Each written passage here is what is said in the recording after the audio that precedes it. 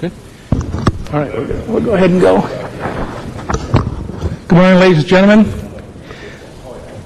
This is Councilman Smith. I'm Chairman of the Public Safety Committee of Los Angeles City Council. I'm joined by President John Mack of the Police Commission. Today is a joint committee hearing between the Police Commission and the Public Safety Committee of Los Angeles City Council. Mr. Zine is present, Mr. Cardenas is en route, and we haven't heard from Mr. Reyes yet. I know Ms. Perry will not be here, so we do not have a quorum yet, but we can take action in another way. So we will begin from our side, and let's, Mr. Mack, if you would like to do an introduction and introduce your commission, we'd appreciate that.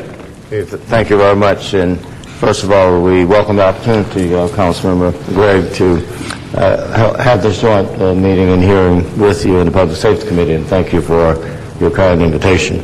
My colleagues are all here. Vice President of our Police Commission, Alan Scobin, and Commissioner Rob Saltzman, and Commissioners Richard Juren and Deborah Yang, and our Executive Director, Richard T. Frank, and our Inspector General, Nicole Deschamps. And it's our pleasure to be with you this morning. And while he's not a member of the Commission, but our distinguished Chief of Police, Charlie Beck. We welcome all of you to this hearing today. There are two items on the council agenda, so if I could just dispose of them as going forward with the recommendation of the chair, unless Mr. Zine has any issues with one or two, that'll be the order. And then we'll go to item number 3, which is the joint public hearing. We have a quorum present of the commission, and we will act as a unquorumed committee right now until one of our members arrives.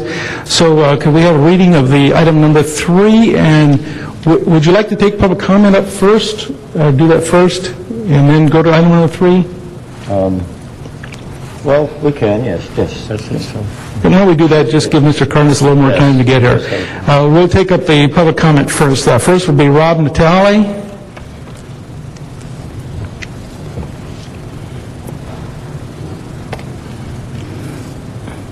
Good morning. Morning. There's actually 3 of us here representing our organization, Okay. G4S Wackenhut, but we were hoping to reserve our comments for after the presentation based upon... You're on item number 3 then? Yes. Okay, because it was just marked as general comments. So Yes. would that be also Jason and Keith? I'm All Jason right. Gonzalez, Very good. Keith Bowles, Rod Yeah, Natale. great. We'll hold you then until after the presentation on one of jails then. Thank you. All right, let's move to item number 3 then. Department to present a verbal report relative to the staffing and operation of the Metropolitan Detention Center. Department? And I think Chief Beck may wish to make some opening comments, and Commander Scott Kroger and Captain Clay Farrell will make the presentation. Chief Beck. It's on. There we go. I'll be brief because Scott and Clay have done a tremendous amount of work on this and are the subject matter experts. But I think it's particularly important that there be a joint discussion between the council and the commission on this particular topic, because the bottom line is there's going to be some very difficult decisions that have to be made in order to staff the facility, as will be explained by the commander and the captain in a few minutes. And I think that through being informed, not only the council, but the commission will be able to make a better decision on this issue, and also be able to understand the catch-22 situation that the department's in with the our imminent departure out of the old Parker Center, which is very necessary, and staffing of the new jail. So, with that, I'll leave it to the experts on this, but I think it's important. This is an important discussion. There are going to be some hard decisions that have to be made, and I think through being informed that the council and the commission will be better able to make those. Thank you, Mr. Chief. And to add to that, and that's why my discussion with President Mack that we're joined together today, because it is such it's almost a lose-lose situation all the way around. We have to find the best policy, and I didn't want us to have discussions going on all over the place, because I think we need to have a unanimity in this decision, whatever it may be. So we appreciate your being here today. Thank you. Good morning. I'm Scott Kroger. I'm assigned to the Police Department's Office of Special Operations, where I oversee the jail, racer, and property divisions. And I'm joined here this morning with Captain Clay Farrell, who's the commanding officer of the jail division. What I've been asked to do is to provide a PowerPoint presentation to frame the discussion. This is the same presentation that we made to the Board of Police Commissioners recently. With that, I'd like to start with some historical background on our jail system. Los Angeles Police Department operates what is known as a Type 1 facility. A Type 1 facility is a pre-arraignment facility. No one actually serves a sentence within our jail system. It is the initial waypoint subsequent to an arrest, to the criminal justice system, or to a release. We're serviced by 10 facilities. Of these, we operate 3 major, or what we refer to as regional jails. These are located at Van Nuys, 77th Street, and in Parker Center. The 3 major regionals are further serviced by 7 satellite jails, what we refer to as area jails, which are co-located within police stations throughout the city. The total capacity of the system is just over 1,300 beds. Jail Division is authorized a strength of approximately 400 personnel, a vast majority of which are detention personnel and other civilians. Their current strength at this time is approximately 350 between actual and functional vacancies. When I say a functional vacancy, I'm talking about the combination between ERIP and furloughs. The operating cost for our jail system is approximately $51 million annually. Focusing now on the Metropolitan Detention Center, the MDC, this is intended to be a replacement for what is the largest of the 3 regional jails, Metropolitan Jail Section. It was recently completed. At this time, it's undergoing some of the final elements of the punch list, but it is essentially ours to operate. It is at our disposal. The MDC has to be recognized for what it is, not just a jail, but it is a multi-purpose facility. And what I mean by that is that when it is operating, the MDC will house not only the jail for the downtown area, but it will also house the headquarters staff and the central property section of property division. I want to come back in a few minutes to talk about some of the problems associated with maintaining property division in MJS. The contrast between the MDC and the MJS is essentially twofold. The stark contrast are really of size, number 1, and design, number 2. We used a pod system, which I'll explain in a second, with the MDC, which is indicative of modern custodial architecture versus the linear system for the MJS. The pod system for the MDC is essentially 4 separate housing areas of multiple blocks. These pods each will maintain between 120 and 135 prisoners. Each of these, as I indicated, are really essentially independent from the other pods there.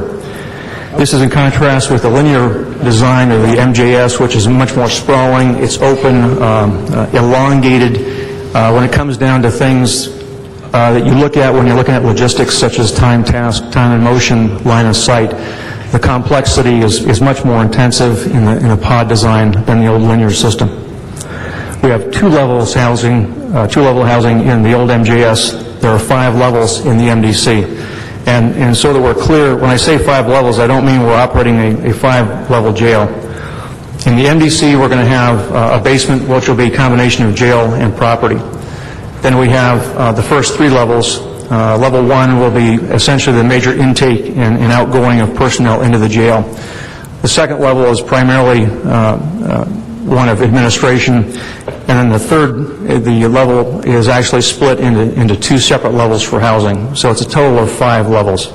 And the reason that's important is that in the event that we have an urgent or emergency situation, jail personnel may be required to go from any one of the 5 levels to wherever the emergency is, so that just traversing the building itself under an emergency is a rather challenging task.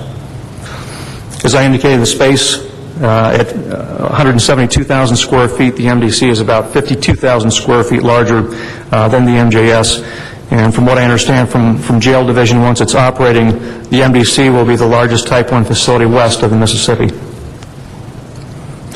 The Police Department formally presented its operational plan for the MDC in September of 2009. And based upon the economic situation and the interest in looking at cost mitigation options, the Department was asked to take another look at that report. So we redoubled our analytical efforts. We took a look at where we're at, realistically, where we're going in terms of the economy, and we prepared a rather thorough report, which is highlighted by about 10 separate recommendations. The centerpiece of those recommendations is option 1. And what that proposes to do is to transition from the MJS to the MDC by the end of this year, and to operate the 3 major regional facilities, but to close 4 of our area jails to free up personnel. The exception to the closure would be Pacific, Hollywood, and Foothill. And there was a lot of analysis that went into which facilities should remain open and those that should be closed. Pacific, Hollywood, and Foothill, the ones who remain open, the rationale was that Hollywood is the busiest area station in the city, bar none. Foothill represents the most work-intensive that we have out in the San Fernando Valley, and what Pacific does is that keeps some geographic continuity between the other 2. If we were to move forward with option 1, the practical impact would be as follows. We would lose 219 of the 1,323 beds, or about 17% of jail division's total capacity. That would force us to redistribute about 16,900 bookings per year to those facilities that were remaining open.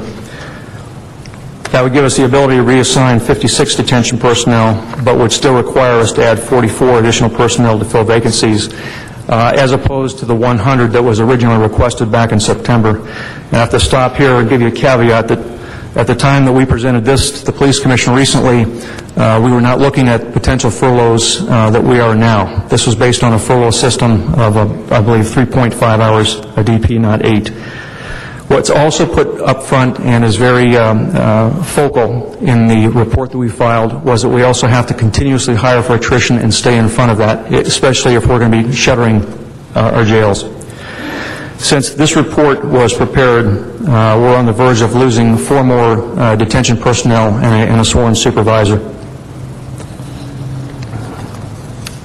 So again, what option gives us in terms of advantage is instead of the 100 we additionally requested, it'd be approximately 44, and now adjusting for a new furlough scheme if we had that.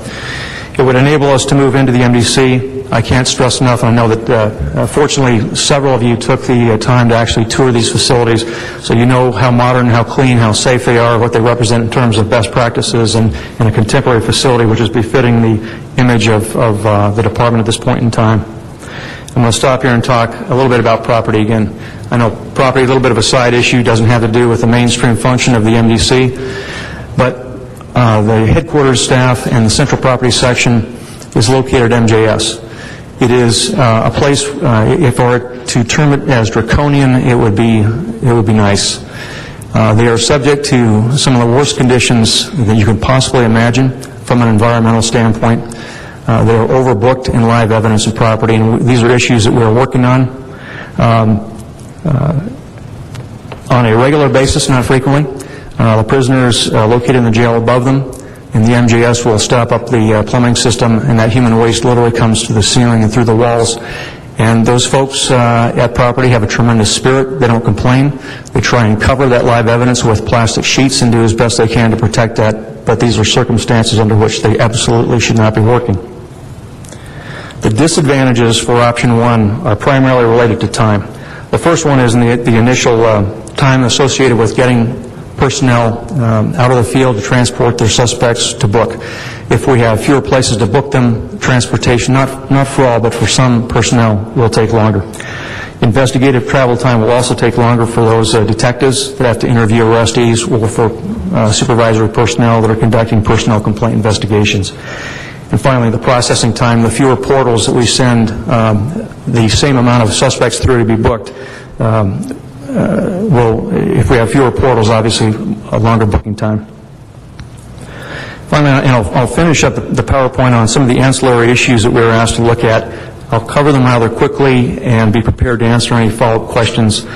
The first one was in terms of privatizing jail operations. We looked at this on a limited basis. There were some restrictions in terms of how much information we could get without transgressing contractual restraints and so forth. But in the Southern California area, overall, it would appear that most privatized jail operations operate on a much smaller scale than what we'd be looking at in our system. The privatized jails locally are a single jail rather than a major jail system such as the one that we operate. Conceivably, you could split it where some of our jails were privatized and others not, but I think that would have to be looked at rather critically in terms of the logistical challenges that would offer. In terms of intergovernmental service agreements, such as with ICE or the United States Marshal Service, we looked at this rather rigorously. For ICE, they're willing to pay for bed space, but they will not entertain anything below 2,500 bed capacity. Obviously, that has no utility for us in terms of who we have to, from our own side, book and process. We reached out to the United States Marshal's Office for the Central District and spoke with that marshal. Again, some of the logistical concerns really don't make that a viable option, both in terms of how long they would house at our facilities and the number of people that they would be looking for us to house for them. The pay-to-stay programs also looks like a promising prospect for a smaller jail system. These are operated throughout this area. We did some costing, which is contained in the report. It would not appear that, for the most part, that this would be cost-effective, although there's still some potential we'd like to look at. If this were to happen, it would have to happen on a limited basis. And what I have to keep pointing out is, even if we're to move forward on this type of a program, at this point in time, as we propose to shutter some of our jails, this would not be a viable option in this economy, perhaps at a future time. The other issue we looked at was cost recovery, both from a state and federal and from a local standpoint. When I say cost recovery, we book just under 123,000 people a year. About 10,000 of those are booked by other agencies in our system for, say, the California Highway Patrol, the Port Police, and so forth. We asked the city attorney to look at this issue. The government code legally precludes us from charging for those services from state agencies and some other agencies as well. We do have the ability to defer those bookings to the county sheriff if we don't want to undertake that logistic burden. In our report, we were very forthright that we thought that was a very poor course of action based upon the unified effort we try and keep and maintain with other agencies, especially when they're operating within the confines of our city, making arrests which are in our public safety's best interest. Within the city family, we were asked to move forward with research on this. It has now gotten to the point where the jail division research staff is going to convene a meeting shortly with other city entities which are going to have to take this to the next level. We do have the ability to enter into a MOA type of an agreement with them if they chose to. They wouldn't have to do that, and so further research needs to be done on that. There would be about 5,400 bookings a year that would be impacted by that if we were to move forward with it. In terms of transportation, this breaks down to internal and external. The internal transportation is the leveling of the system, as I call it, where we have maybe more prisoners in one facility than in others, and so we'll transfer them so we don't have a logistical burden. We transport our arrestees at certain times for medical reasons and so forth. At this point in time, we cost out the numbers for a full-time transportation cadre. And again, I think that's an idea which has a lot of merit. It's currently being done by sworn officers. It's not effective, but at this point in time, I don't see that we have the money to pursue it on a civilian basis. The other thing we have to do is we have to go for a legislative amendment. There is a penal code section which prevents counties with populations above 450,000 from having armed detention officers on transportation. I don't think that's insurmountable, but there are some legal issues associated with it as well. From an external standpoint, the Sheriff's Department handles our transportation and our release contract, approximately $3,040,000 a year. And at this point in time, again, the cost will be prohibitive in terms of procuring those large buses. We need approximately 10, and for the additional staff over and beyond what we have now to actually be the drivers and so forth. And there'd be indirect costs as well for fuel, maintenance, et cetera. Personnel deployment was another area we looked at, 312, 540, and 410. Jail division transitioned from 540 to 312 not long ago, and actually realized an advantage in cost in terms of sick claims and also overtime that was saved. It's my intent to move forward with another audit now that we'll have some time under our belts to take a look, make sure that that's still cost effective. But at this point in time, it does make sense to move away from a 312 in terms of the jail deployment. We also looked at the applicant fingerprinting programs. They're available. These were used a little bit more in years past, and maybe that's a reflection of the economy with fewer jobs. There are several of these programs throughout Los Angeles County.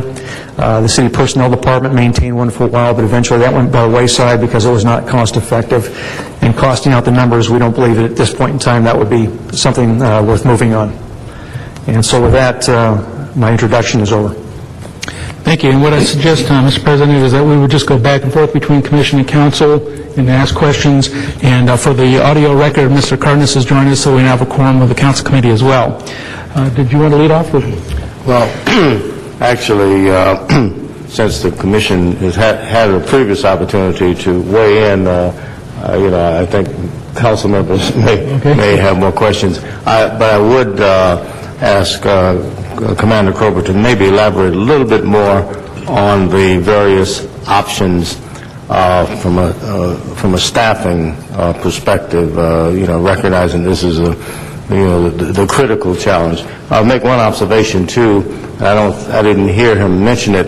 The goal is to move into the new jail by the 1st of next year, and to close Parker Center by the end of this year, because that is a serious problem, and it's really not a safe facility. So it's really very, very important that we, whatever decision is going to be made, that they be made in order to be able to meet that timeline. But having said that, Commander Krober, would you, because I remember when you made your presentation to us, you talked about several options in terms of how we might staff it. I mean, knowing that none of them are really terribly great, but, looking at the lesser of evils, so to speak. Well, just one last observation on MJS. It was opened in 1955. It was then certified for 151 beds.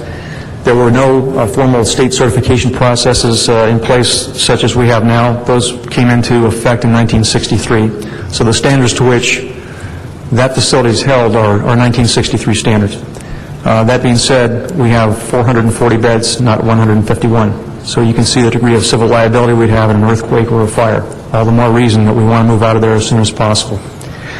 To answer your question directly, Mr. President, 3 options are the ones that we felt were the most viable. Option 1 is the one that I've already articulated. Again, we lose about 17% of the overall system capacity. Option 2 would be essentially the same thing. We would lose about 20% of the overall capacity, and what would remain open at the area level would be Foothill and Hollywood, again for the sheer capacity of what they provide to the system. But other than that, it would be pretty much the same. Option 3, again, very similar. We would lose a total of 352 beds if we were to shutter all 7 area stations, and what that represents is about 27% of the entire jail system capacity. And I have to reiterate, you said it, but it has to be said again and again from this point forward, regardless of what course of action is decided, that these options are not good options. These are the least undesirable. These are going to be very difficult times, but we believe, although rough around the edges, that if it's properly and thoughtfully managed, that these options, particularly option 1, are viable options for getting us what will be through a very difficult time. Thank you. I have a couple questions. I'll go right to the second one because it tails on what you just talked about, and that is the new MDC, the facility was built with bond financing, and you have a time frame problem with building and safety violations such as the old facility, just a safety issue, which is 2012. Is there a requirement on taking possession and operational possession of the new facility under the bond, at which point if we don't do it, we're now in default of the bond and have to repay the bond for building a building we don't use? That's a question I'd have to defer to facilities management. That has never been brought to my attention. I do not think that's the case. I can find out and follow up for you on that, sir. We can ask our CLA or CAO to bring that back to us when we hear this back. And I need to know, because if there's another 6 or 8 months that may be available to us to delay, which I really don't want to do, but if we had to, if the bond delay is a different time frame than the building safety issue, building safety might be something you can get around, whereas the bond is something you cannot get around. So we need to know what those dates are, and if that gives us more flexibility that's something we should consider. So maybe we could ask CAO to report back to us at a later date on that. Let me move over to the ERIP situation. How many positions did you lose to ERIP? You know? I'm sorry, what was your question? ERIP, how many positions did you lose in ERIP? It was 19 positions. 19, and were any of them authorized to be refilled, or they got to remain vacant? Nothing was authorized at this point in time. Okay, so they're for the future. One of the concerns I have, and the problem you're going to have, because the three of us that are here today represent the San Fernando Valley, just coincidentally, is the impact on the San Fernando Valley. And my concern is Valley Bureau, which has 7 divisions now within it. No other bureau has 4 or 5, most of them. And they also have the largest landmass in the city. So your time differential for an officer making an arrest to get to either Van Nuys or Foothill is much greater from West Valley, such as West Valley Division, the new Topanga or Devonshire Division, than it is probably anywhere else in the city. So you're losing more efficiency by reducing the availability of one of the divisional jails in the valley. And if you look at Foothill versus Devonshire, while Devonshire's an older jail, they both have the same bed capacity. So for the divisions of Topanga and West Valley, which have very long commutes to either Foothill or to Van Nuys Division, that's very inefficient, versus if you were to keep Devonshire, and I'd really rather have Topanga have a jail, but it doesn't. I think from an efficiency point of view, it would seem to me Devonshire would be more efficient than Foothill, because Foothill can easily get to Van Nuys in a very short time frame, whereas Topanga can't. Topanga Division and West Valley Division have a 30-minute or more drive just to get to Van Nuys and or Foothill Division. Did you look at that option, seeing how they have the same bed capacity?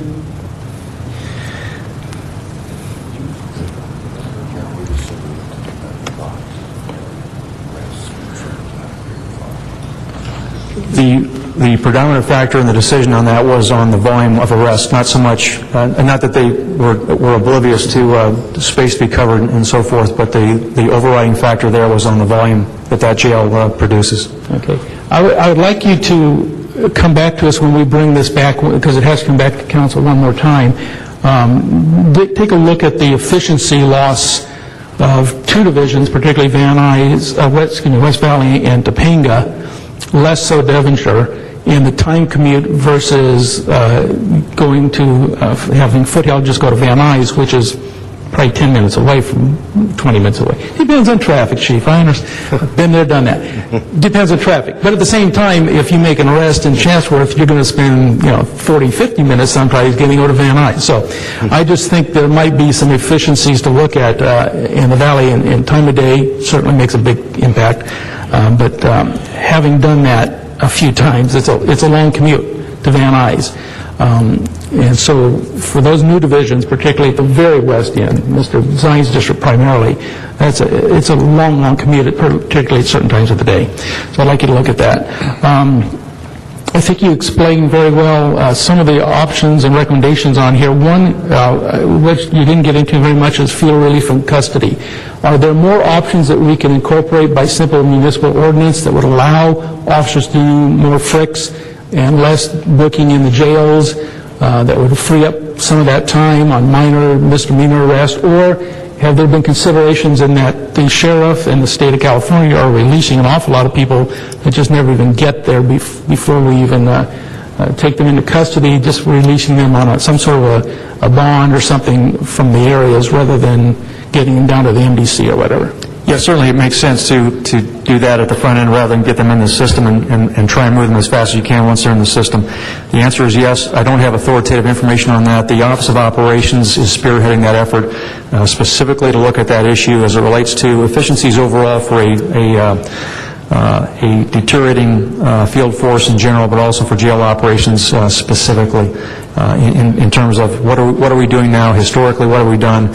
The option or the object there is to have a proper balance between efficiency but also public safety. We don't want to over-release either, but we're going to certainly take a look at what the sheriff's has done as well as other areas of best practices as the Office of Operations moves through that, and perhaps by the time I come back I can have something specifically for you on that. Okay, but I was just going to, do you know whether a lot of the FRC system is our choice or is it state law? If I can add some clarity to this, this is something that we've been looking at since the day I got this job. Obviously, we don't RFC enough people, and the ones that we do RFC, the process is just about as onerous on the officer as booking is, which is a huge issue. Now, it isn't so much a legal point as a city attorney policy point. So we're working with the city attorney's office because there are portions of the city where this is handled very well by the city attorney, and then in other portions of the city it's much more difficult to RFC, and so we're trying to get some stability in the policies of the city attorney's office on this, and also some efficiencies. There's a couple of courts where the prosecuting city attorneys allow us to have a streamlined RFC process, and RFCs are used. The airport is one of them. Are used to good purpose there. But there are other portions of the city where they're not. So we're trying to get some stability there. We're working on this. I will be more than happy to come to the council if there's something that needs to be done legislatively. But at this point, since you're asking, I don't think I need that. What I need to do is to continue what we are doing, which is to work with the city attorney on getting this thing streamlined. And a lot of this boils down to that the city attorney does not like us to RFC people whose identity is in question. Yeah.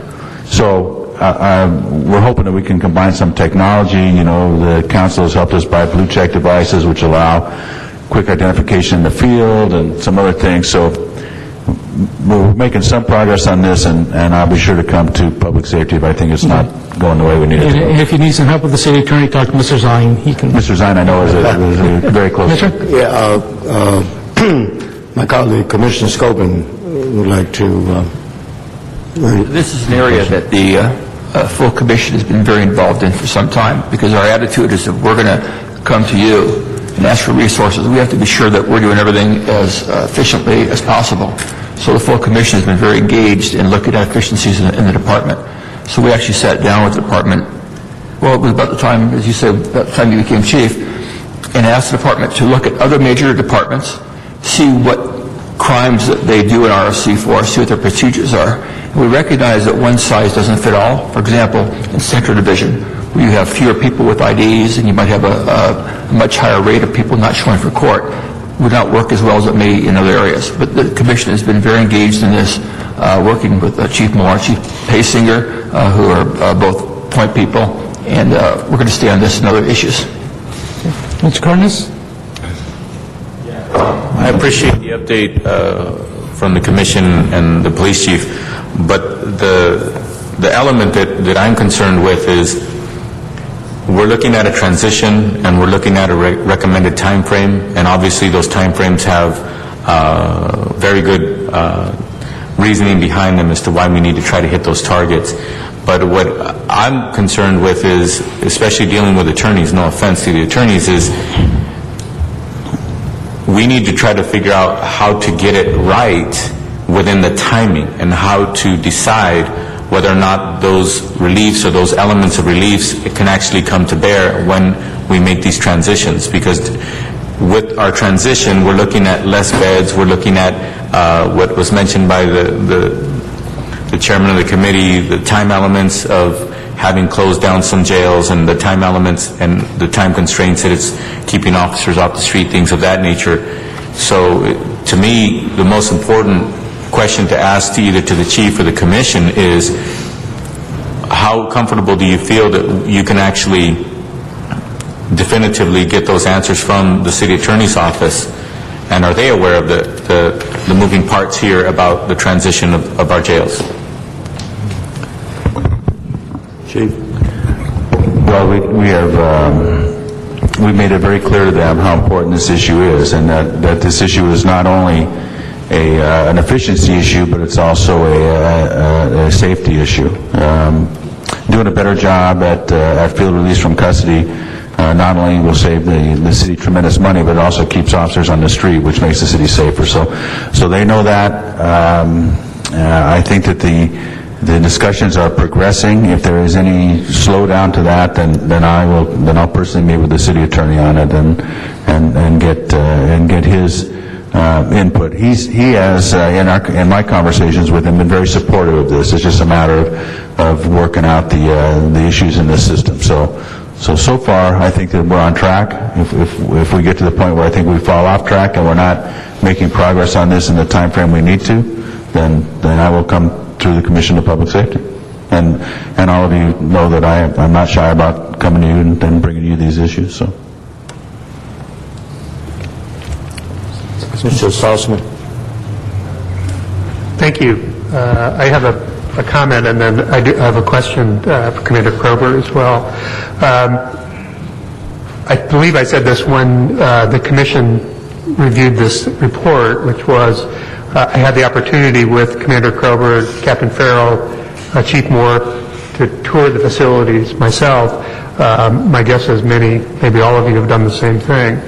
And I say that simply to reiterate the statements Commander Krober made earlier today about the nature of the current facilities and what a difficult situation that is. We see almost every day in the newspaper now an article or on the news about something bad happening under the jurisdiction of a government agency, and with a suggestion of how could this have happened. And it's clear how these things are happening. We're significantly underfunded and understaffed. This is clearly one where we're potentially waiting for something significantly bad to happen if we don't solve the problem. And that's very clear to anyone who takes a look at it, as I was able to do. My comment, so those are my comments, in addition to thanking you again for the report and the work you've done on it. My question is, and I apologize if you answered this and I missed it, you mentioned that the report originally was written one assumption regarding furloughs, and that's changed. And I just wanted to understand better than I do currently what the effect of that is on the options that we have, and how you've incorporated that change into what you're recommending? The change in furlough status, if I'm just going to say if, not assuming it's a realistic prospect, but if our detention personnel were insulated from furloughs, we would not need the 44 additional people that was outlined in option 1 that we would need ordinarily after we shuttered 4 stations and received 56 personnel. At the current time, the 44 personnel is based upon a 3.5-hour furlough. If we go to an 8-hour furlough, then that would be approximately 56 rather than 44. And also, as I pointed out, as pointed out in the report itself, our attrition runs about 3 people every 60 days, or approximately 18 a year. And we're seeing that first wave now, which was not the case when I came before the Commission as recently as about a month ago. But to answer your question, the furlough would bump assuming option 1, the 44 to approximately 50, 56. Thank you. Mr. Zine? Thank you, Mr. Chair. The history that I have with this goes back to the West Valley Station, where they tore down the old station and said they're going to build a new station, which they've done, with no jail. And the commitment at that time, I remember Laura Chick was the council member at that time, is that they would have, within the city of Los Angeles, 4 regional jails, and they would provide a transportation service from each from each station to one of the 4 area jails or geographic jails to relieve the time that the officers would have to commute back and forth from West Valley to Van Nuys, or from whatever division, transporting that body, waiting in line, booking, and returning back to that station to resume patrol. So I know that the policymakers come up with one idea, but the people who are going to have to utilize this service or lack of service are the officers in the street. And I speak to them frequently. They're overloading the radio calls once again. The delays are getting more and more. The chief has concerns about maintaining 9963. we had a promise a number of years ago that we would have a transportation service, and I have no problem with the transformation to 4 metropolitan jails and closing other jails, but the impact on the patrol officers and the service to the people of Los Angeles is going to be severe because it's going to take longer and longer to commute and longer to wait in line to book, and if they have to get an MT, longer and longer period of time, which means fewer officers in a particular division, which means officers from other divisions coming in to handle the radio calls, and the public's going to suffer because we don't have the sufficient resources we need to provide this operation where we had every area had a jail and it all worked very well. You get back to patrol. We're going to cause fewer officers to be deployed in the field to service the public because we don't have a transportation service which was promised and it still isn't delivered. And that's my big concern about this. Mr. Smith touched on this. You go from West Valley to Van Nuys, it's about a 20-25-minute drive. With traffic, it's going to be 30 minutes. Then you get to Van Nuys, you're going to have to wait another 30 minutes to book a body, and then you're going to have to go back. So now the West Valley Watch Commander is going to say, there's no units available. How are we going to cover that time for the patrol function when we're depleting our resources? And the easy remedy is to have this transportation service that goes from one division to the other to take to these major jails that we have, and that the officer can stay in the division and not have to go get the MT and not have to go back and forth. And that's what I think is lacking, is we really haven't spoken to the personnel who are going to be impacted by this. No disrespect to what you folks have done, because I went to the new jail, I went to the old jail, I'm familiar with the different operations and why you need more personnel. But the concern I have is for the field troops. They're going to be impacted by this severely when we're closing more jails and we don't have a remedy to get those bodies into a booking facility without that arresting officer, which is going to negatively impact the divisions and the service to the people for calls. Commander? Well, you're right. I can't argue with you. With the absence of resources, we're going to have to do the best we can. And that's what option one is the best we can with what we've got, which is obviously less than what we want or what we should have in an optimal operating environment.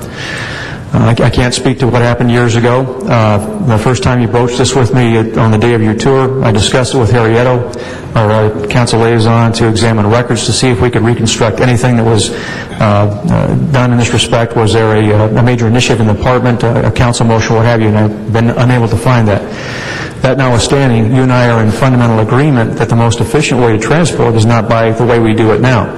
The problem is if we were to have a cadre of detention officers doing the transportation, assuming we can get past the penal code section, which I think we can, that would be an additional cost of approximately, I think, 12 detention officers.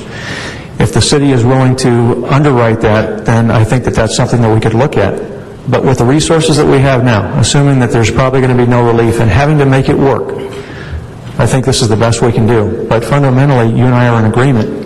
Well, see, the concern I have is that, and I remember there were protests at at Laura Chick's office. I remember there were protests from the public that didn't want this jail closed, that would maintain that, and the commitment was, well, don't worry about it because we're going to have this transportation, and people bought off on that. And I clearly remember the protests that they had out there in the West Valley, which didn't generate a lot of news attention, but when we have fewer officers handling radio calls, then that does a disservice to the public, and that's the concern I have, is while people go to jail, and that's a necessary responsibility, we have this big gap, and as we're going to close more jails and keep, well, I think 3 open in addition to the major metropolitan jails, it just, to me, we're going to be penny wise and dollar foolish because, or dollar wise and penny foolish, or vice versa, but we're going to end up shortchanging the people who are asking for that call for service and frustrating the officers. And that's the concern, is how do we remedy that if we're going to close more? And I understand some property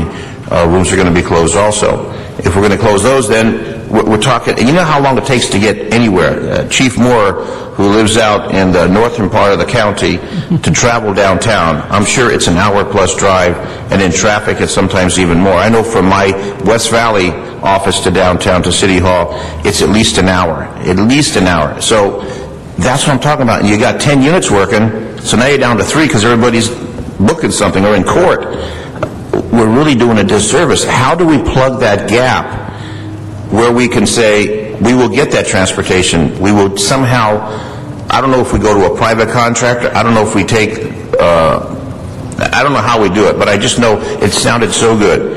And a remedy, because you know your years in patrol, you want to get out there on patrol, and then you're bogged down for another arrest, and then you got to go get an MT, and then now you got to write the report, and then now you're talking about valuable time when we're trying to reduce crime. And I think that somehow that component is really missing. And I didn't know that you were going to close more jails. I knew that we were going to open up this metropolitan, but now we're going to close more, which is going to make it even more cumbersome on the officers in the field, which we can all remember we were out there trying to do that job. And then the watch commanders, get back out in the field. We got another call for service. I mean, that's what it really comes down to. So we come up with a policy that may sound good, but is it really going to work, or is it going to be a hindrance to the officers and a detriment to the public that says we want more police service? So, I mean, how do we put that component in? How do we get that transportation process, which seems logical, which seems sensible? You arrest them in the division, you write the report, you leave the body there with the report, that transportation comes by, takes them down, and it's done. That I think, is a key that we're really missing, maybe because of funding, but it's an essential part if we're going to go for this program. And I know that the pod system is different. I know it's going to cost more personnel. I know that there's a jeopardy for the personnel that are assigned to that because of the running back and forth in case something occurs, and also the lack of the court to have that video arraignment, which you have a sophisticated system over there, which the courts don't like it. But somehow, we're draining those dollars and there's nothing left in the pot. So I may feel very frustrated that we haven't gotten that transportation load. I know I talked to Chief Beck about it. I know people support it, but I don't see that critical part coming into play. And there's one more question I have on the personnel. You mentioned about people transferring. When police officers get on the job and then they leave less than 5 years, there's a cost recovery on that training. Are these detention officers going to other departments with the training that we're giving them? And should we implement a program like we do with police officers where they have to repay that cost of training? Or are they leaving the municipal employment? Or are they retiring, going on retirement? No, I don't see people prematurely leaving the department. I can defer to Captain Farrell, could speak with more authority, but of the ones that I'm aware of, these are not people leaving under the same circumstances that we had seen Lawson officers some years back who were here for a short time, took their training, and then left. One other thing I've heard a couple of times, I want to make sure that you understand, and that's the MT, the medical treatment. Under the leadership of Captain Farrell, what Jail Division is piloting now is an MT program where the officers don't have to get that MT prior to doing the booking. That they go in, especially I think that the pilot started with the Valley, which has had its share of chronic problems on time issues, wherein the officers come in, and as long as there are enough detention officers to do this and the medical problem isn't too egregious, that instead of taking care of the medical treatment first and then booking, they'll hand that medical treatment issue off. They'll do the booking first. The medical treatment will be taken care of, so-called behind the counter, not in front of it, by the staff that are assigned to Jail Division, which frees up the officers. So to the extent we can try and work on the margins in any way to try and find something that's a process that helps us get them out quicker, we do that, and that's one of the things. But even that is a program which, although highly successful in the pilot phase, is going to be in jeopardy if Captain Farrell were to lose significantly more numbers. Again, he's authorized 400. He's at about 350, and those numbers continue to go out. But I support all the personnel, because Chief Beck and I just said, I support the additional personnel you need to run the operation. And if we could exempt the 9/11 folks, the PSRs working dispatch, and the jail personnel from the furloughs, I think that's a benefit, because you take your 9/11 operators, you give them furloughs, who's going to answer the calls? You take detention officers, give them furloughs, who's going to book the body? I mean, certain ones I think have to be exempt, and I know that the critical day I think is tomorrow or the next day when it comes to this budget that we have, and the critical point of are there going to be concessions from unions, or are there going to be additional civilian layoffs? But there's certain core functions that we're responsible for. One is the jail, police functions, the dispatch, the 9/11 calls. So my recommendation is we should exempt those folks working those divisions just basically because of public safety. But we still have that time element. The more coppers in the street, the more uniforms, obviously people feel more comfortable, and the bad guys say, I'm going to go someplace else. And someplace else, another city, get out of Los Angeles and keep this place safe as we want it to be. But I still don't see a plan for the transportation. I still see that transportation as an idea, as a concept, as a thought, but no real substance to it. How do we put some energy into that to remedy this for everybody's benefit? Well, I would respectfully take issue that there's no energy that's put into it or any empathy for those officers who have done the jobs that we know that they do every day that are very difficult. It's been looked at very exhaustively, and the element that's missing is money. Whether you, as you mentioned, whether you contract, that's a money issue, or whether you hire additional detention officers to do it internally, that's a money issue. So essentially, money is the missing issue. It's not a lack of interest or forcefulness on the part of the department to look at that all-important issue. Could we take OPS personnel, Office of Public Safety personnel, who have a weapon, who are trained, and have them as part of the transportation cadre? I think we've got some vehicles, but could we utilize those folks in a transportation? Well, I know we can't use a detention officer who's not armed. We've got to have someone who's armed for that. Councilman, maybe I should answer that one instead of the commander. The commander's doing a great job. I know he is doing a great job, but if you're asking about using other departments' personnel, I probably should be the one who answers that. We could explore that. I think that OPS probably in their current configuration would be resistant to that. But a new configuration might work for you. And I see some of them, they were floating in the background. But, everybody understands your transportation issue here. There's nobody in this room that wants police officers on the street rather than in the jail more than I do. And we will look at every way possible. And if it makes sense, particularly in Valley Bureau, for Valley Bureau to staff transportation unit, if that makes sense, then Valley Bureau will do it. You got to remember, we're on your side here. We want, I don't have nobody in Los Angeles Police Department wants to keep officers off the street. That's the exact opposite of what we want. No, I understand that. So if it makes sense, then you can be assured that we will do it. And I'll have discussions with Chief Paysinger and Chief Albanese on the Valley, and if they need to staff, if it makes sense to staff it with police officers, they can do that. But we got to make sure it makes sense, because what you don't want is having 5 transportation units because there's different time frames of arrest, and you have to get everybody booked in a timely fashion. But we will absolutely look on that, and it may make sense at some times of the day and not others. And Exactly. It's a whole piece. But I think that you should recognize that the folks that will be doing that would be outside of Commander Krober's chain of command. So he's looking at the jail side. He's looking at how we could do it with detention officers, which probably won't happen, because if we got more detention officers, I'd put them in the jail.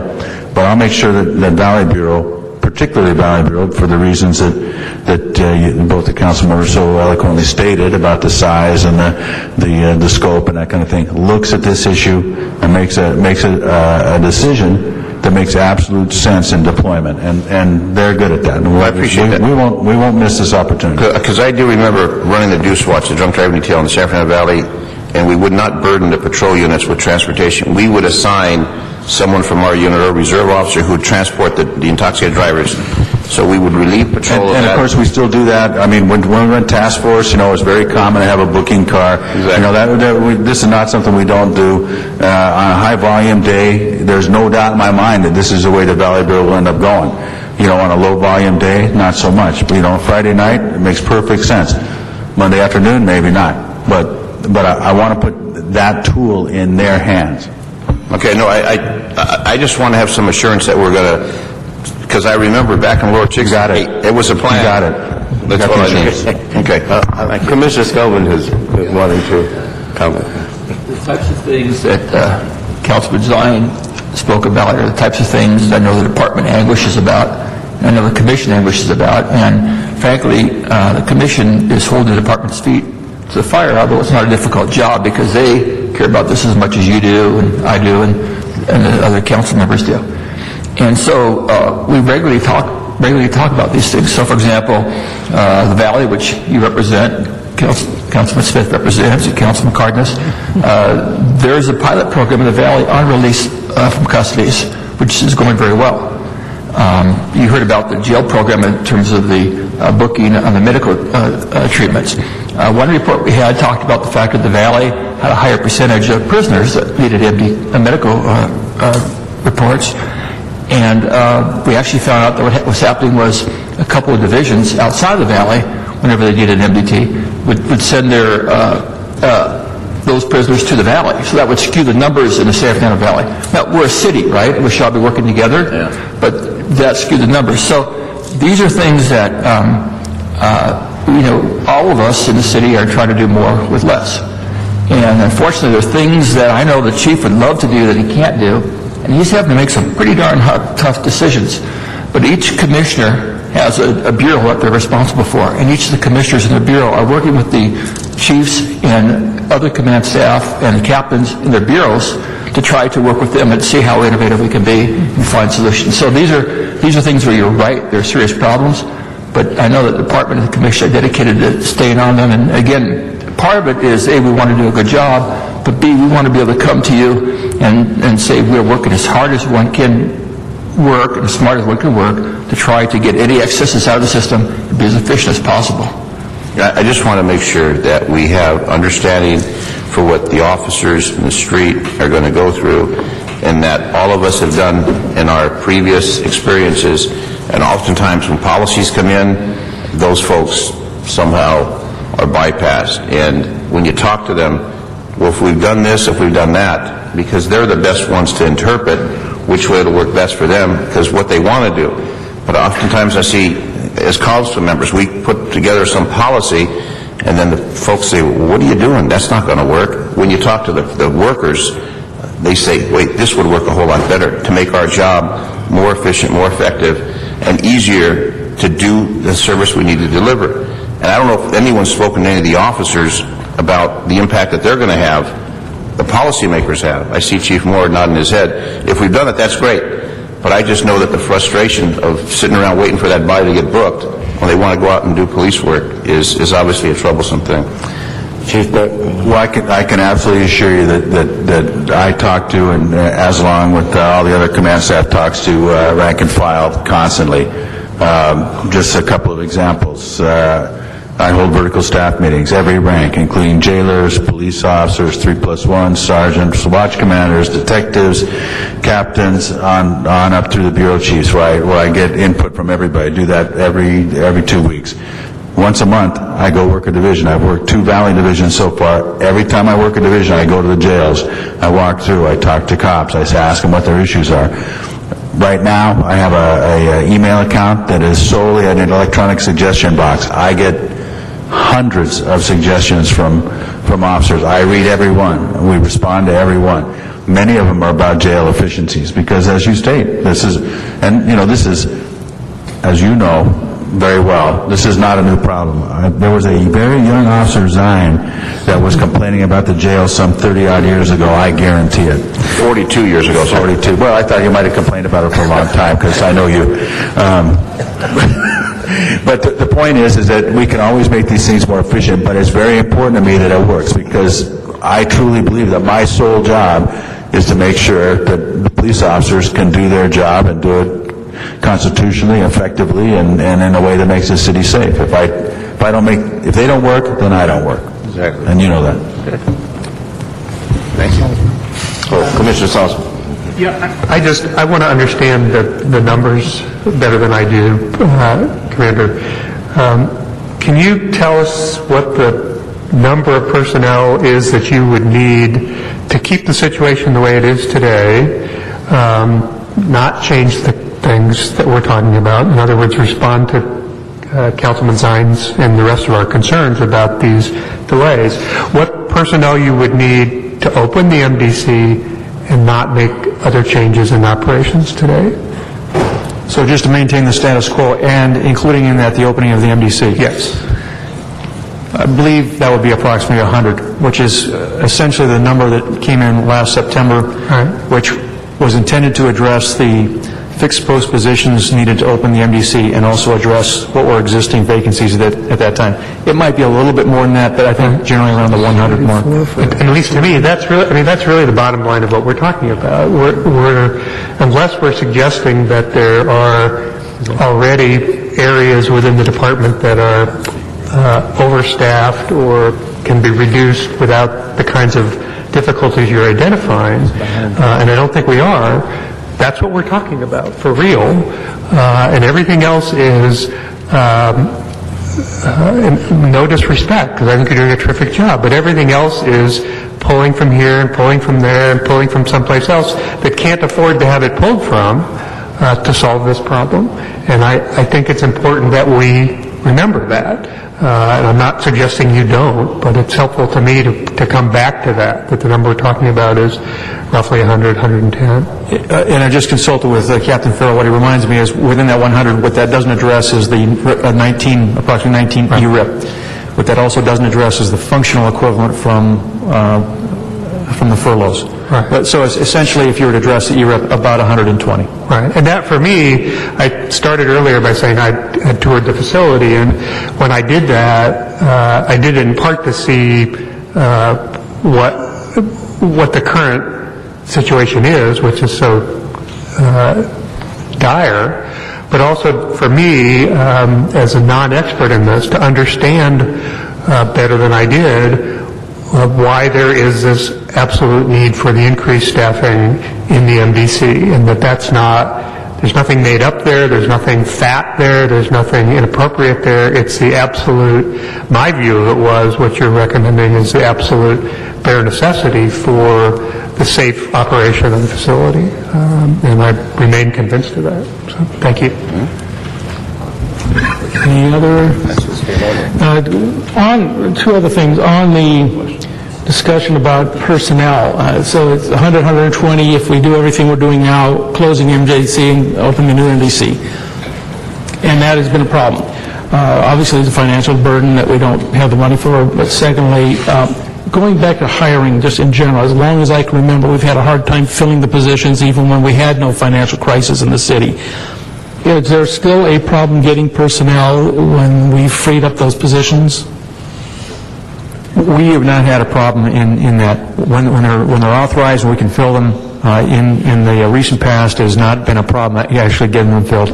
Okay. So what is, you have how many positions now that are available that are authorized in next year's budget that can be filled right now that are not in any way frozen or tied up in management hiring committee?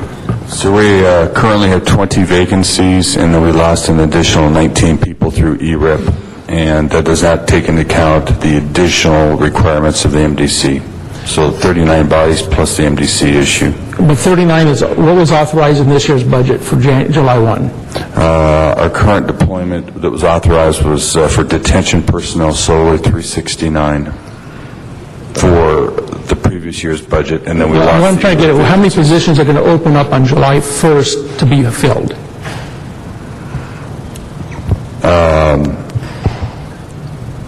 I'm not aware of any extra positions opening up other than the continued attrition that we've been suffering, which creates the vacancies. There are no additional positions. There are no new jailer, no new detention officer positions in the budget. If we don't go through managed hiring or go through council, then we won't be hiring any. And so that's what I'm getting at. On July 1, you have positions to fill, but you still have to go through managed hiring to get those released? Yes. Okay, and that's a problem. And if we could, if we can do them through our budget savings, through our salary savings, and I can work within my budget, as we've all talked about during the process here, then we may be able to do something with that and go through managed hiring. And I haven't gotten a no from managed hiring on this because we haven't taken any of them to them at this point. But right now, that's my understanding of how the process is working. Okay, so to implement option number 1, which is the department chosen option, we would then, they're budgeted, but we have to go through managed hiring to release them. One of the things that I think Scott didn't talk about was where these 44 individuals come from. I think that what you're talking about assumes that they are going to be detention officers, which is the preferred method, by the way. The other option is to use other employees that get trained, use police officers or personnel from other city departments that go through the training. So there are other ways to fill these positions. Now, I prefer the way you're talking about, which is to look at ways to hire some detention officers. And my understanding is that we would have to come to you because it's not in this budget, because that was one of the things that we weren't able to ask for and stay within the salary accounts. and then go through managed hiring. Well, I'm trying to, what is the number? Is it 44 that need to be authorized then? Well, That's the number that makes the depends plan on, work. it depends on what happens. It depends on what happens with furloughs. If furloughs stay the same or are removed from detention officers, then it would be 44. If furloughs are increased for detention officers, then the number that Scott gave you, which is 56, would kick in. So there's a variable that hasn't played out yet, Okay. and then depending on that variable, we can give you the exact number. Very good. That's what I was trying to get. I need to know those numbers. Jason, did you want to do anything today, or you want to come back on all this stuff? CAO? He'll come back. Okay. So you've heard from the chief, the numbers. You're going to verify those and see what needs to be done as far as managed hiring release goes, et cetera. I'd also, Mr. Chair, for the CAO, CLA, whichever, to look into, I know the department's tried to check into that. When the West Valley Station, the commitment went forward to provide this under Laura Chick's term as a councilor. If they could find some documents relating to that where there was an agreement that they would close stations and provide this transportation, whatever we can find on that, to bring that forward as part of the report. Matt Copperdoffs, the CAO. We'll certainly look. We are familiar with your discussions about the transportation cadre previously. We'll certainly look and see if we can find any documentation from the past files. We'll also work with the department to try and cost out and develop a model for what it might look like and what it might cost to do that, and how it would relate to the department's proposals here. Answering Councilman Smith's questions regarding the furloughs and the positions and managed hiring, we've been discussing with the department over the past week or so how this will work and going over the numbers, and we'll certainly facilitate moving anything along that needs to move along. Well, what I want to make sure we do is, as we come back, and if we look at option one or any amendments or changes to that and finalize the numbers, that we don't get into the same situation with the DNA folks last year where the council authorizes it and it sits over in the CAO's office for 9 months and nothing happens. We get down to the end of the year and we've got to move people out of the current facility into the new one, and suddenly everybody goes, oh, we don't have those 44 people hired. What happened? We can't get into that situation again. So I want to see a clear delineation of the time frames, the personnel needed, and how we're going to get that done if we choose this option and have to have it done by the end of this. Certainly. I believe the department is hoping to, in order to open the facility by the end of this calendar year, I think the department was hoping to begin the hiring in about August. So I would think that all of the decisions of how many positions, which positions, and how they'll be funded, and how many will be unfrozen would need to be resolved within the next month or so. So you're not going to hire 44 people in August, have them trained up and have any way experience in the field to get them into that new facility by then. So How long is the training for a detention officer? It's 10 weeks. 10 weeks? yeah, that ain't going to happen.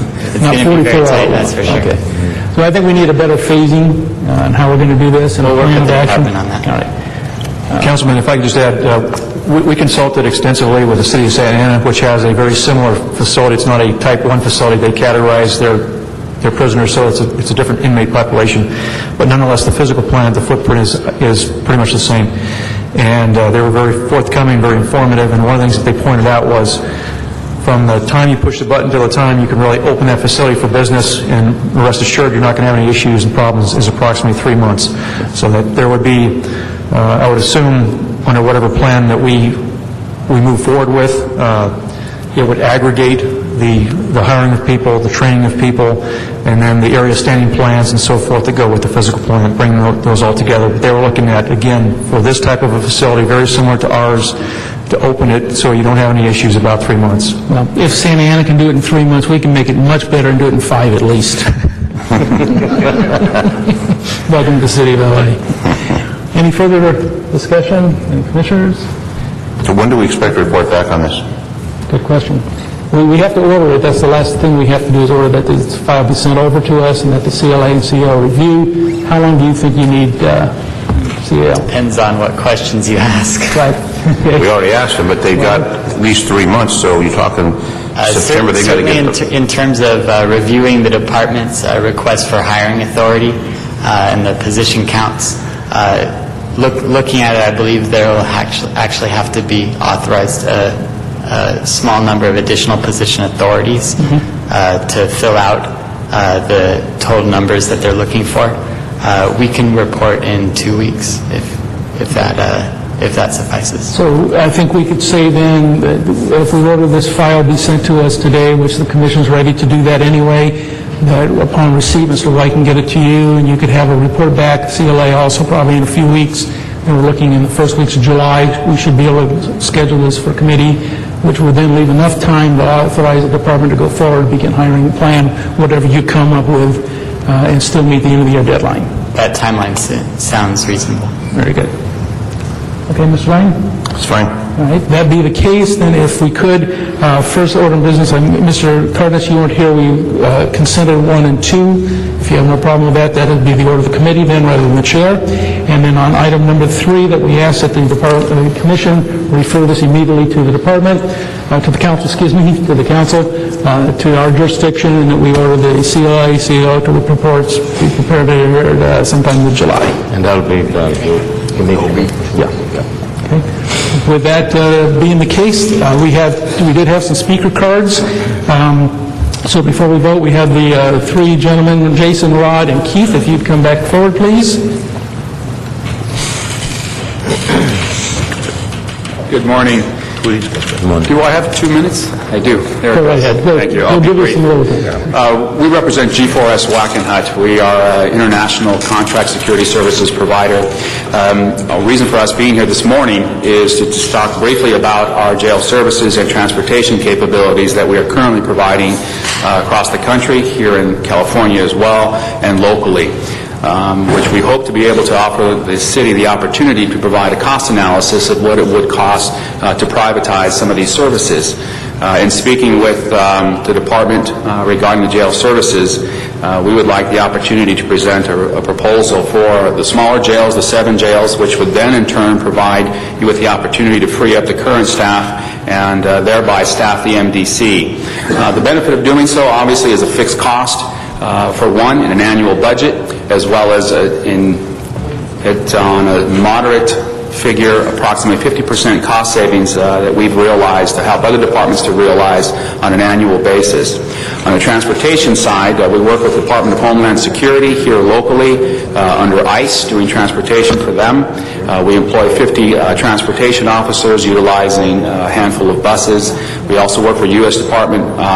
Border Patrol. We employ 600 officers utilizing 50 buses to provide transportation services to them as well. We see the opportunity to assist the city in with two objects or goals in mind. One is cost savings, of course, being the financial situation that many cities are under right now. 2, in helping to put sworn officers back in the field and keep them there in the field. With the transportation side, as well as with the cost savings and maximizing your current budget, or perhaps a combination of maximizing your budget and at the same time affording the opportunity to realize some cost savings as mentioned. Locally, we run a handful of jails here in the community. You can keep going. Beverly Hills, Azusa, Whittier, La Habra, Irvine, and a couple others where we handle Type 1 facilities.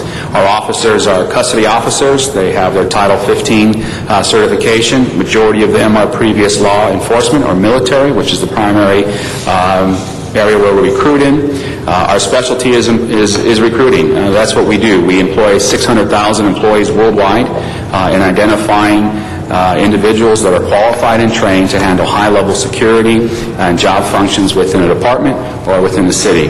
And so what we again propose is to be able to offer the city an opportunity to look at a cost analysis to be able to provide the relief for staffing as well as the budgetary relief. Thank you. Have you presented any information to the department? Not to Commander Krober. Okay. That would be your first step, I think. But we appreciate that, and particularly as we look at closing jails, maybe there's some opportunities there that you might be able to fulfill. Appreciate that very much. If you would work with Commander Croker and his staff, and maybe they could work up. We'd have to do an RFP, obviously, and that's a very time-consuming issue, but it's certainly something that would be worthy of discussion. So thank you very much. Would it be of benefit sometime in the future to present before everyone here a presentation on our capabilities and services to understand our full... Yeah, not really, because the way we do things around here, which is counterintuitive sometimes to logic, but it is the way we do things around here, is one, you need to talk to the department and see if there's an interest level there, first of all. Secondly, if there is an interest level, we as a council would then authorize the issuance of an RFP, and we have to look at the financials, and then that goes out to the general world, not just you, and let people bid on the opportunity. But first, the commission is the decision makers in the operations of the department, and the staff, the commander and his staff report directly to them. If there's a public interest in it, then an RFP could be issued if funds were identified to do it. So there's a lengthy process. It starts with your conversation with the department. All right? Thank you. And Julie Butcher will have a different point of view.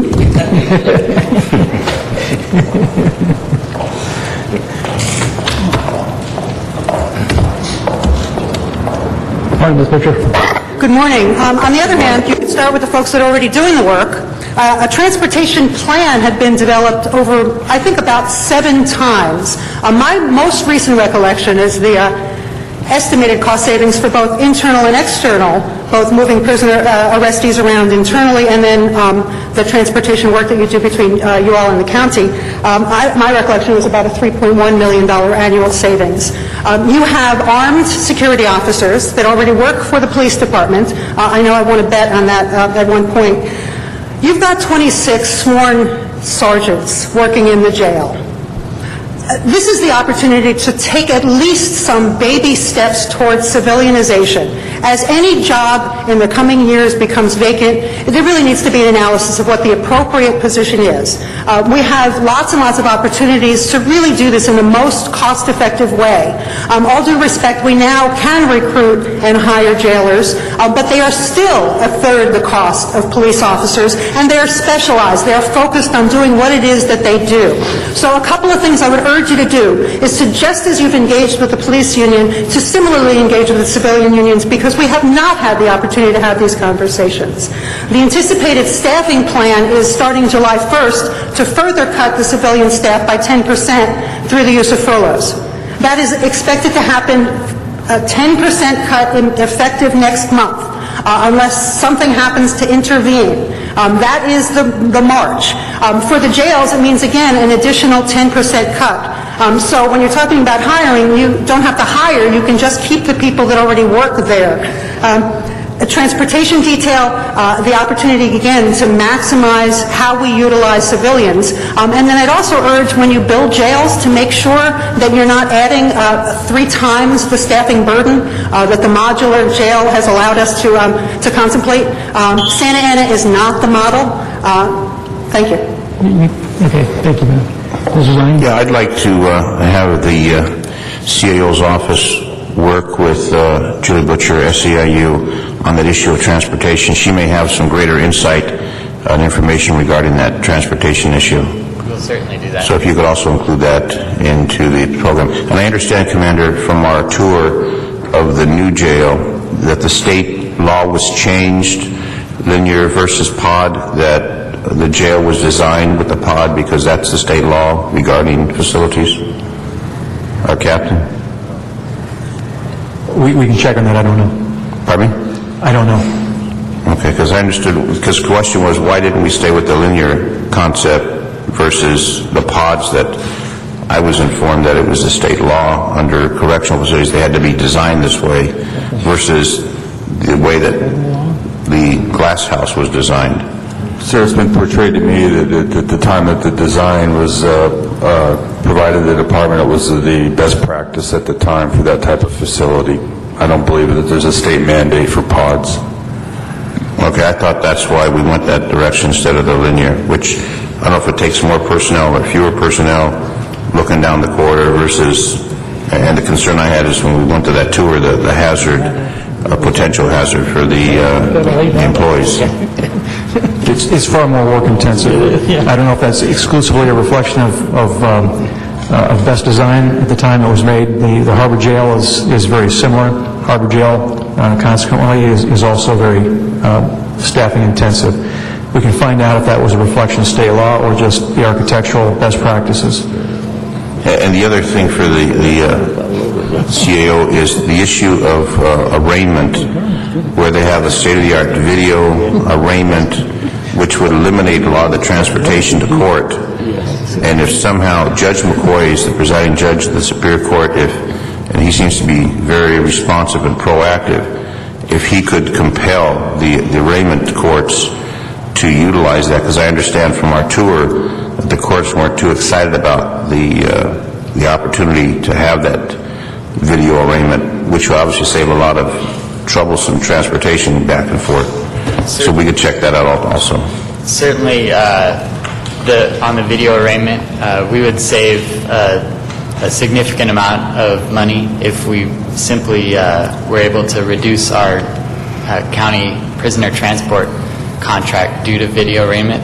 I think the answer there is that the department needs to continue working with the courts and your offices to try and encourage those courts that don't necessarily like the system to consider it again, and let's see if we can get that operational. Our office would, I believe, since the system is there, our work in providing it is, we've done most of what we can. Certainly with Miguel's contacts at the county, maybe we can leverage some of that. But I think the lead there is probably comes from the department.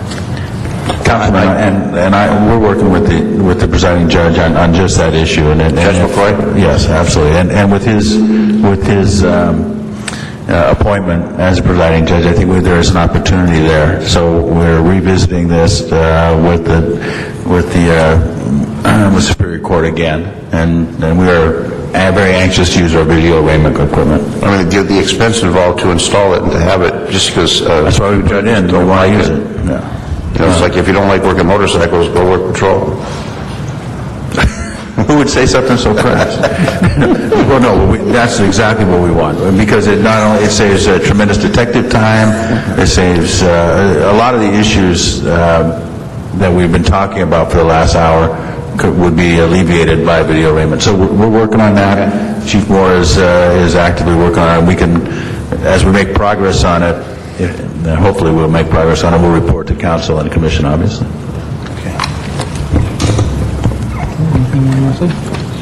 Okay, that concludes then today's hearing. We appreciate very much the commission joining us today. It's a great opportunity to get together with you and to hear your expertise and knowledge and help us come to our decision. Thank you very much. That concludes the hearing.